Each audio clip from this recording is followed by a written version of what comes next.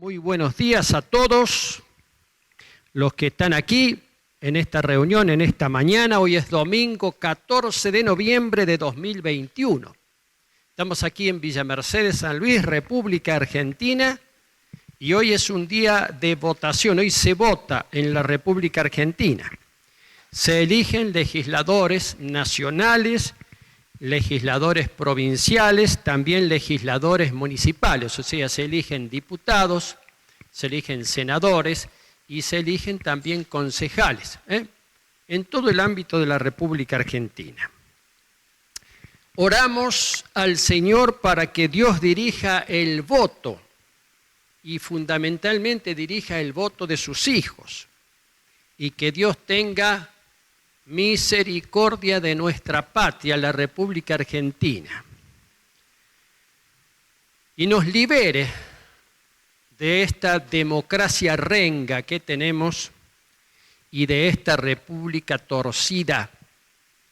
Que Dios enderece esos pasos. Algunos dicen, ¿qué te pasa, pastor? Pues bien, es lo que está ocurriendo. Tengo que hablar así en el nombre del Señor para corregir esta democracia renga y esta república torcida. Y eso será de bendición para toda nuestra patria, y para todos los habitantes de nuestra patria. El título de esta prédica es un título un poco extraño, les va a sonar, pero la prédica se titula Esperando la risa de Dios.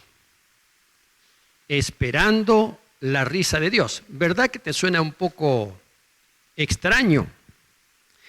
¿Qué es la risa de Dios? ¿Se ríe Dios? Fíjense que entre los seres creados, entre los seres de la creación, el único que tiene risa, digamos, es el ser humano. Los animales no se ríen.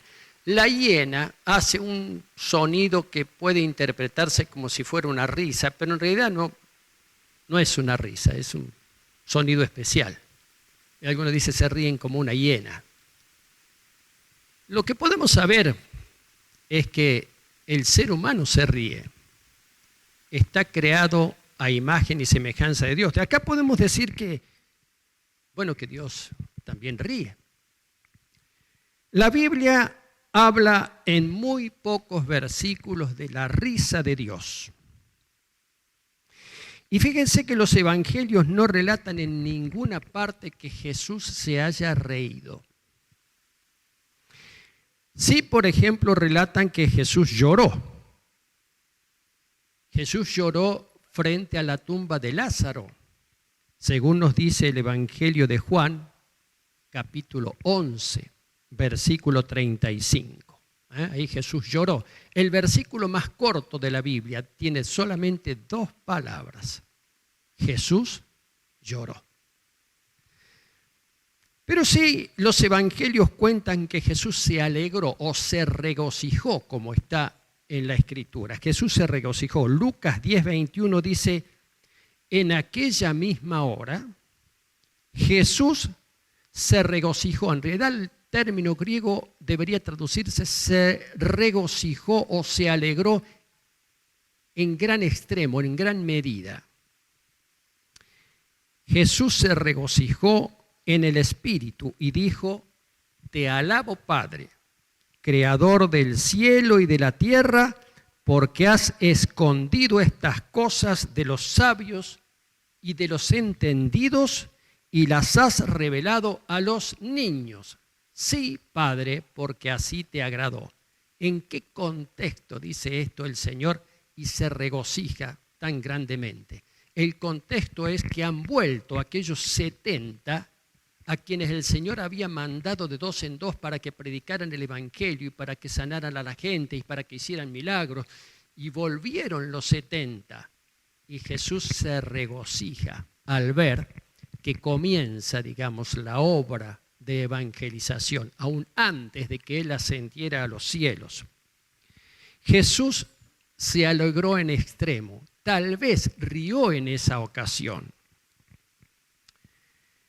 Se nos ha formado en la mente la idea, la imagen de un Jesús serio, grave, como circunspecto,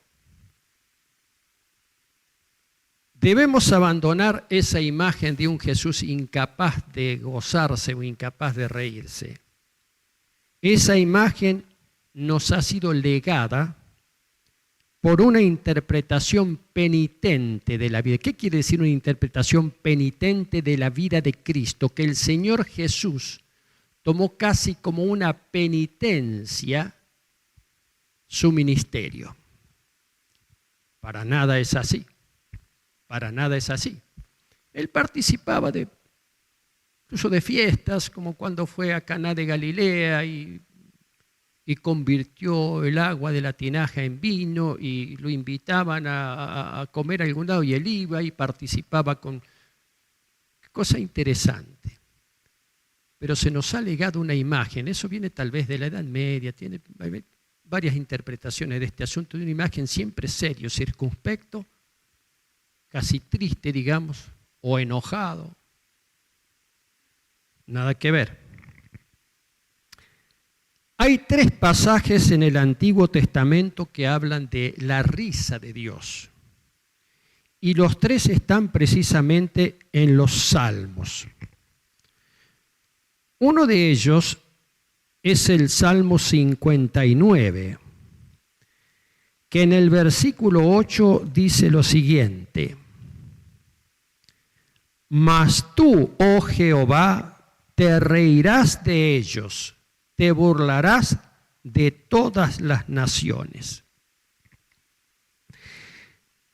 Es un salmo de David. David comienza el salmo con estas palabras: líbrame de mis enemigos, oh Dios mío, ponme a salvo de los que se levantan contra mí. En este salmo, David pide en oración a Dios el ser librado de sus enemigos. Líbrame de mis enemigos, oh Dios mío.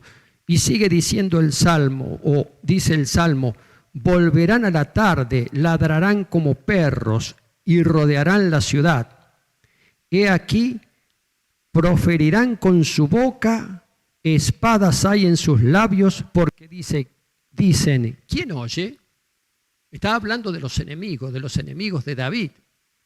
David como rey tenía una buena cantidad de enemigos. Entonces él ora a Dios pidiendo que lo libre de los enemigos.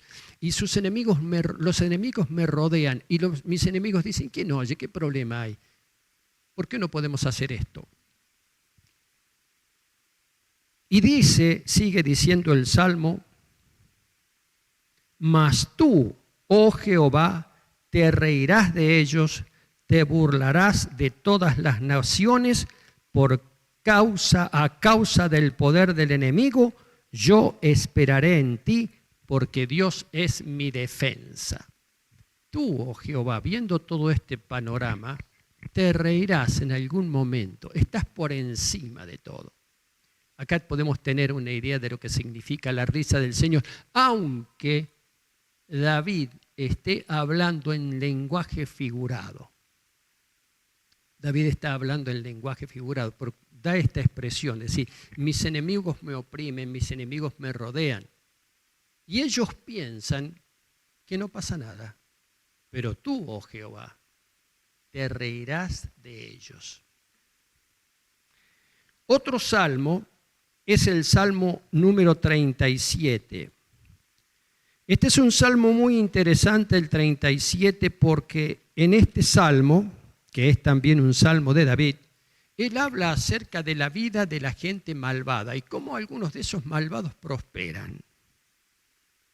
Y dice el salmo en el versículo 12, dice lo siguiente: maquina el impío contra el justo y cruje contra él sus dientes. Y luego dice, el Señor se reirá de él porque ve que viene su día. ¿De quién se reirá? Del impío. ¿Qué hace el impío?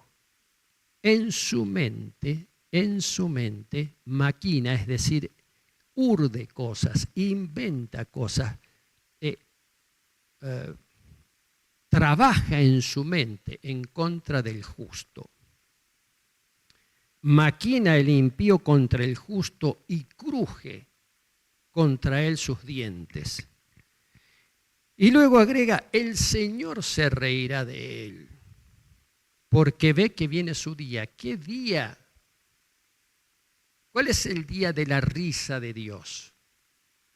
¿Cuál es el momento en que Dios se ríe, para usar este término que está en estos 3 salmos? Vamos al tercer salmo, que es el salmo número 2, un salmo muy importante, es un salmo mesiánico, porque habla del Cristo, del ungido de Dios. Es un salmo que en el libro de los salmos está como de autor anónimo, no dice quién lo compuso al salmo, pero los creyentes en Hechos capítulo 4, ya los creyentes en Cristo en Hechos capítulo 4 lo atribuyen a David. Y dice el Salmo 4, el Salmo 2 en el versículo 4, el que mora en los cielos se reirá, el Señor se burlará de ellos. ¿Se reirá de quién? ¿Y por qué se reirá Dios? ¿De qué? ¿Y de quién se burlará? ¿Y por qué? Comienza el Salmo con una pregunta. Este Salmo comienza con una pregunta y la pregunta es, ¿por qué se amotinan las gentes y los pueblos piensan cosas vanas? ¿Por qué se amotinan las gentes? En el hebreo es la palabra ragash, amotinarse, hacer un tumulto. Las poblaciones se amotinan, cunde el caos, el desorden se generaliza y los pueblos se llenan de vanidades, de cosas huecas e insustanciales. Porque dice que los pueblos se amotinan o la gente se amotinan y los pueblos piensan cosas vanas. Cosas vanas significa cosas huecas. Voy a hablar en un lenguaje un poquito más coloquial. Los pueblos están en la tontería, en la insustancialidad, y al mismo tiempo se sublevan, se levantan, hay protestas por aquí, por allá, por todos lados. ¿Y por qué? Parece que ya no hay valores ni principios firmes, y quien tiene una convicción será criticado. Los pueblos piensan cosas vanas, están metidos en cuestiones en realidad de menor importancia, le prestan atención a cosas que no tienen tanta importancia. Y a las cosas realmente importantes, que no son vanas ni son huecas, no le prestan atención. Aquí hay una descripción de la modernidad, donde cunde el escepticismo, y al cundir el escepticismo ya parece ser que nada vale la pena, sino pasarla bien. Entonces, la alternativa que hay es el caos, es la rebelión, es el motín. Por eso dice el salmista proféticamente, ¿por qué se amotinan las gentes? Y los pueblos están en la tontería. En estos pueblos, en esta gente se genera y se fortalece el descontento. La gente, la mayoría de la gente, solo busca evadirse de la realidad que la golpea de varias maneras, y una de ellas, que el Salmo menciona, es la de centrar su vida en cuestiones que no tienen importancia. Pasarla bien con cosas huecas que sirven para evadirse. Este Salmo fue escrito ¿cuántos siglos atrás? Mucho antes del nacimiento de Cristo. Y está reflejando en gran medida la situación de la sociedad mundial. La sociedad mundial, esta sociedad global, como decimos. Esta sociedad global. Hay un filósofo inglés-polaco, es decir, vive en Inglaterra y de origen polaco, que escribió un libro y habla sobre la modernidad líquida. Y dice lo que dice el Salmo, que la gente piensa cosas vanas. ¿Qué quiere decir la modernidad líquida? Que cualquier cosa vale lo mismo. ¿Por qué le llama líquido? Bueno, cuando uno estudia algunas cosas de física sabe que los líquidos no tienen forma propia. Por ejemplo, el agua que tengo en este vaso toma la forma del vaso. Pero si yo la pusiera a esta agua en una fuente, tomaría la forma de la fuente. Así, la sociedad o la modernidad líquida toma cualquier forma que se le ofrezca.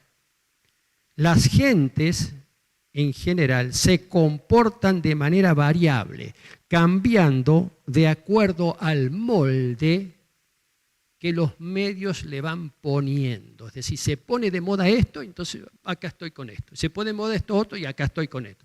Se pone de moda esto, como el líquido que no tiene forma propia. Puede adoptar cualquier forma.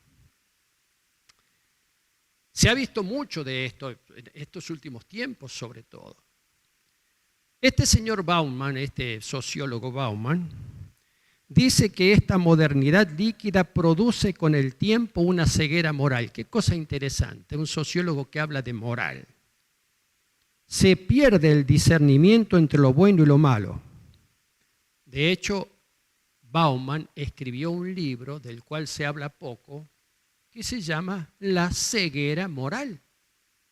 La gente, a fuerza de adaptarse a cualquier cosa, diría el Salmo, los pueblos piensan cosas vanas, a fuerza de adaptarse a cualquier cosa, ha perdido todo parámetro ético. La contraparte de esta sociedad líquida que se adapta a cualquier cosa es la roca. Y la palabra de Dios lo presenta a Cristo como una roca. Es fortísima esta imagen de Cristo como la roca firme sobre la cual me puedo asentar y tengo la confianza de que esa roca no será movida, no será conmovida. No se trata de una cuestión de moda o de una cuestión pasajera. Es una roca que permanece. Qué cosa extraordinaria.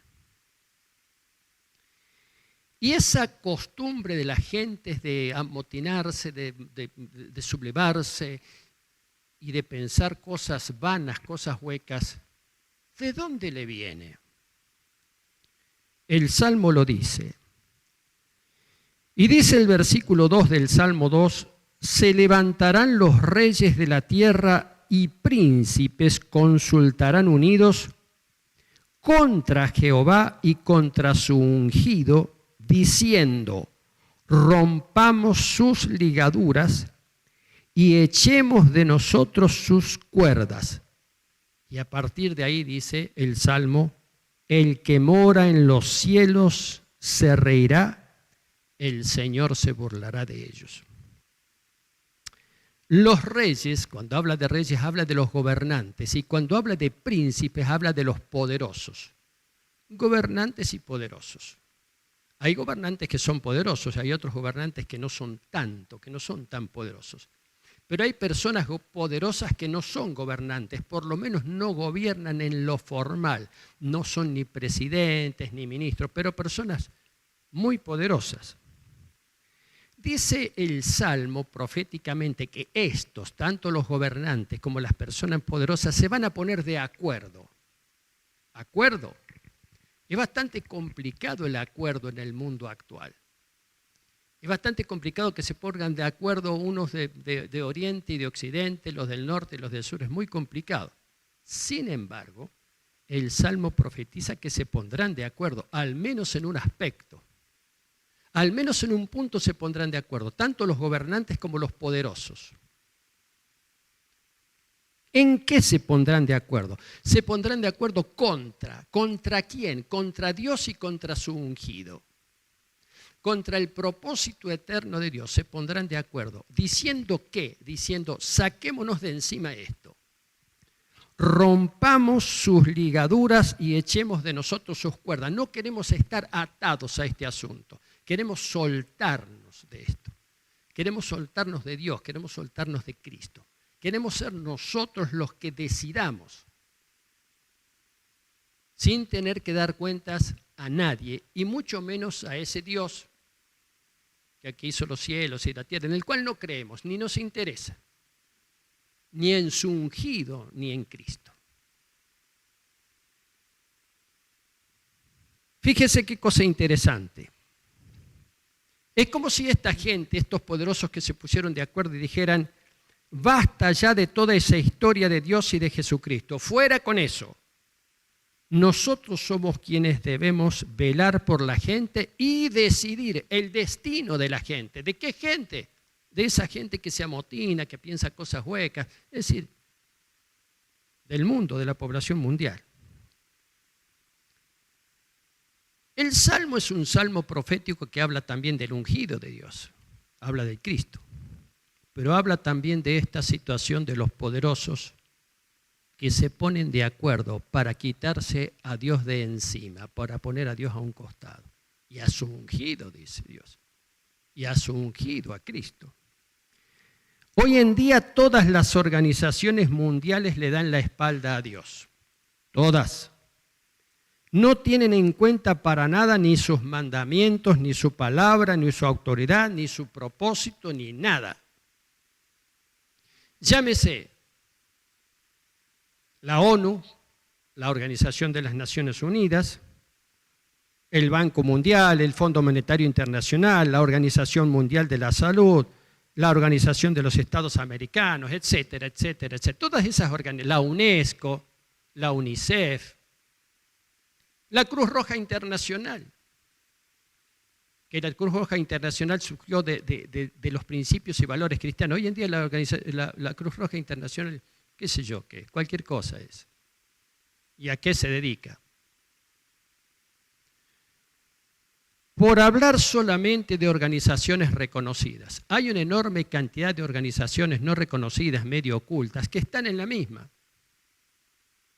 ¿Por qué tenemos que seguir los mandamientos de Dios? ¿Por qué tenemos que seguir las leyes de Dios? ¿Por qué tenemos que seguir los principios cristianos? ¿Por qué tenemos que hacerlo? En una época se hizo, ahora ya no se hace más. Se pusieron de acuerdo para decir, rompamos las ligaduras, rompamos esa dependencia de ese Dios y de su ungido. Entonces agrega el Salmo, el que mora en los cielos se reirá. El Señor se burlará de ellos, luego hablará a ellos en su furor y los turbará con su ira. Y yo, dice Dios, he puesto sobre Sión mi rey. He puesto sobre Sión mi rey, sobre mi santo monte. Yo publicaré el decreto, Jehová me ha dicho, mi hijo eres tú, y habla proféticamente acerca de Cristo. ¿Qué significa la risa de Dios en este caso? ¿Qué significa el Señor se reirá de ellos? El Señor pone un límite, Dios pone límites. Un parate pone Dios. El juicio de Dios, nadie lo tiene en cuenta. Cuando nosotros hablamos de la justicia, del juicio de Dios, no son parámetros que vayan a entrar en una ética pública. Mucho menos en los gobernantes del mundo y mucho menos en los poderosos del mundo, que están convencidos que son ellos los que tienen los resortes para manejar la población. Se habla mucho de esto, se habla mucho acerca del nuevo orden mundial. ¿Dónde entra Dios en ese nuevo orden, en el tan mentado nuevo orden mundial? ¿Qué papel tiene Dios, el eterno, dentro de este orden que se quiere crear ahora? La risa significa el límite que Dios pone. El Señor se reirá de ellos. Les va a decir en algún momento, hasta acá llegaste, hasta acá llegaste, hasta acá llegaron, hasta acá. Un parate. Qué cosa interesante, porque ese juicio de Dios, que es un juicio global, en este caso global sobre toda la tierra, es un juicio también que Dios expresa en manera personal, en manera individual. Dios es Dios misericordioso, pero tenemos que decir, porque la Biblia lo revela, que Dios también dice, bueno, hasta acá, ¿hasta dónde llegarás? Hasta acá te pongo un límite. No pienses que vas a poder seguir así eternamente. Acá hay un límite, yo pongo el límite. Yo digo basta. Y cuando yo digo basta, se acabó. La risa de Dios, mis queridos. Por eso yo titulé Esperando la risa de Dios. A ver si nosotros esperamos la risa de Dios. ¿Qué es la risa de Dios? El límite que Dios pone. Y entre tanto, la iglesia, ¿qué hace? Los hijos de Dios, ¿qué hacemos? ¿Nos sentamos a esperar? ¿Nos sentamos a ver qué pasa?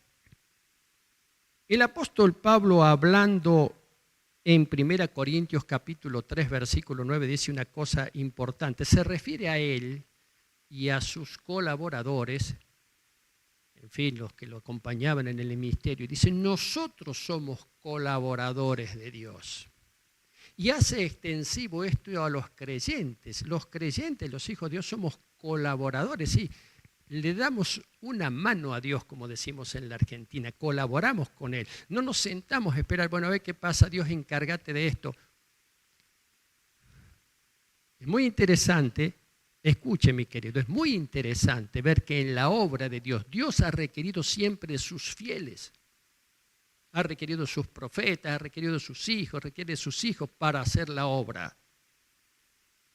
Dios nos llama a que nosotros seamos colaboradores. ¿En qué? En la evangelización, por ejemplo. Somos colaboradores de Dios. No les está permitido a los ángeles predicar el evangelio, pero nos está mandado a nosotros. ¿Para qué? Para colaborar con Dios. En todo. O nosotros somos aquellos que también le damos la espalda a Dios. Escuche lo que voy a decir. Le damos la espalda a Dios y esperamos que otros que le dan la espalda a Dios solucionen las cosas. ¿Nosotros estamos esperando que gente que le da la espalda a Dios solucione las cosas a nivel global? ¿Nos estamos haciendo de alguna manera cómplices? Estaba hablando con algunos hermanos y con el pastor Darío estaba hablando de lo que significa la apostasía. ¿Qué es la apostasía? Negar la fe. Negar la fe.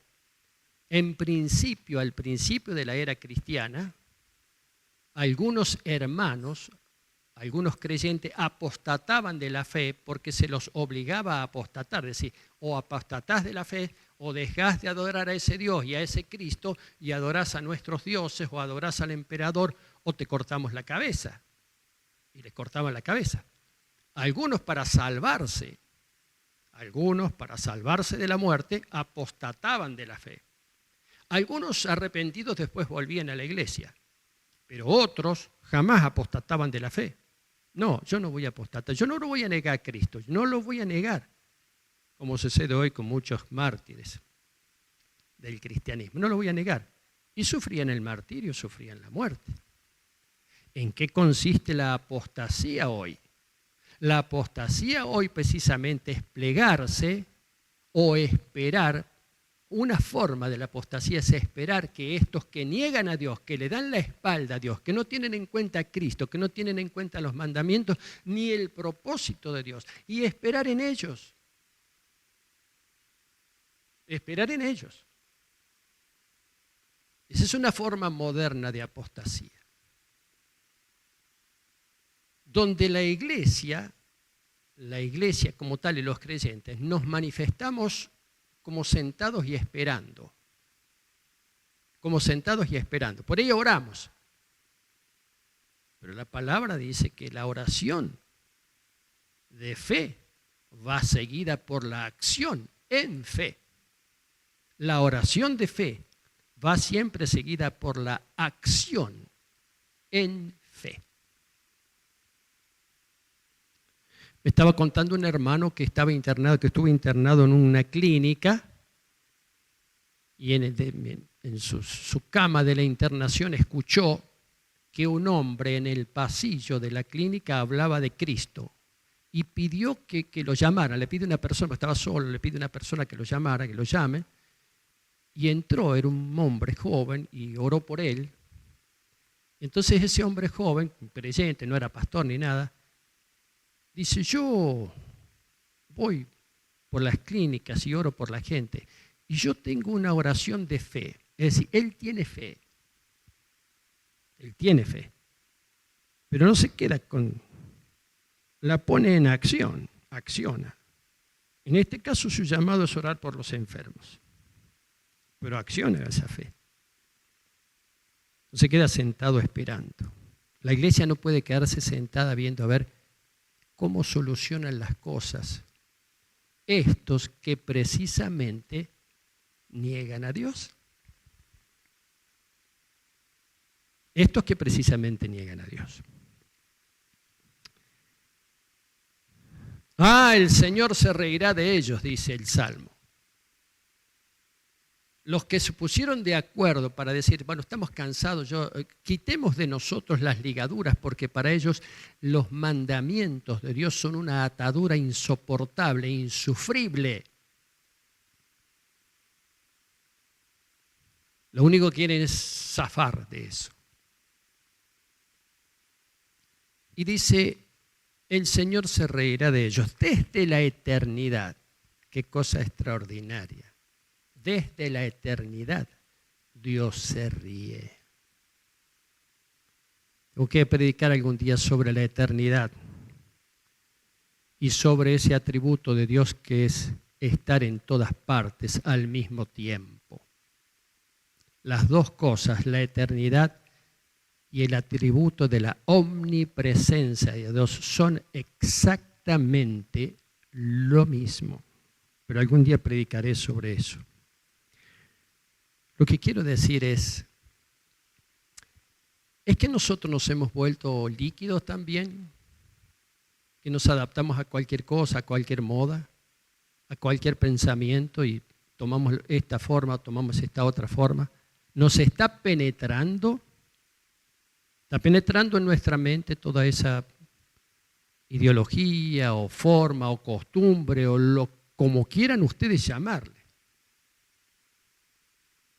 Enfatizamos en las cosas que son huecas y nos preocupan las cosas y nos ocupamos de las cosas que no tienen sustancia, que en definitiva,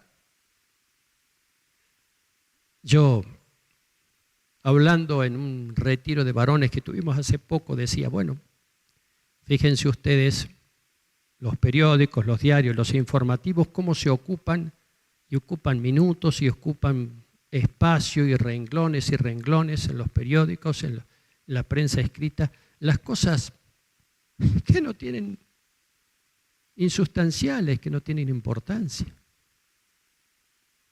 Y se oculta lo verdaderamente importante y trascendente. ¿Hacemos lo mismo nosotros? Los hijos de Dios, ¿a qué le prestamos atención? ¿Qué es lo que nos ocupa? ¿Qué es lo que nos preocupa? ¿Qué es lo que consume nuestro tiempo?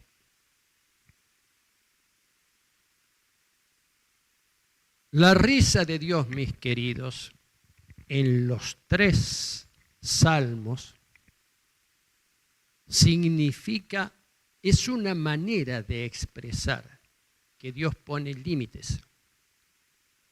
Que Dios pone límite. Escuche, mi querido hermano. No trate de sobrepasar los límites de Dios. Sea sabio. No piense que Dios es como un elástico que se estira hasta el infinito. Dios no es un elástico que se estira hasta el infinito, que yo puedo tirar, y no se va a cortar nunca porque es Dios. Es una idea errónea. Y los poderosos de la tierra, que deliberadamente le han dado la espalda, no tienen en cuenta que en algún momento, más pronto que tarde, van a escuchar la risa del Eterno. Y se va a escuchar la risa del Eterno cuando Él diga, basta, hasta aquí. Estamos en los últimos tiempos porque las señales se ven claramente. Yo pensaba que estos últimos tiempos, mis queridos, iban a ser dentro de 2 siglos, dentro de 3 siglos, qué sé yo cuándo, dentro de 1000 años. Que yo no lo iba a vivir. Pues lo estamos viviendo. ¿Cuál es el llamado? No nos confundamos. y no nos perdamos en las mentiras del enemigo. Que por otro lado, esas mentiras del enemigo cunden por todos lados. Los espacios de información están llenos de las mentiras del enemigo. Y la verdad de Dios, la verdad de Cristo, no ocupa lugar en estos espacios.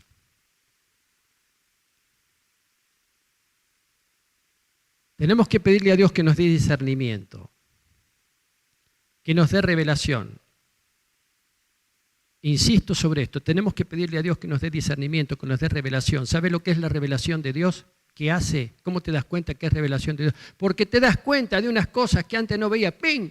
Y te diste cuenta. Te diste cuenta de lo que Dios quiere. Esa es la revelación de Dios. Y cuando viene la revelación de Dios, viene la luz de Dios y viene la verdad de Dios. Y podemos entender la obra y el propósito del Eterno. Y Él quiere, nuestro Dios bendito, meternos a nosotros en esa obra y en ese propósito eterno. ¿Quiénes están esperando la risa de Dios? Esa risa de Dios sonará celestial a los oídos de sus hijos, y esa risa de Dios sonará aterradora a oídos de los impíos. Nosotros tenemos que estar en el primer grupo. Que esa risa de Dios suene celestial a nuestros oídos. Te exhorto a poner tu vida en las manos de Dios. No te dejes arrastrar por las cosas del mundo, sino confía y pon tu vida en las manos del Eterno, de Cristo el Señor. Amén. Que así sea. Amén.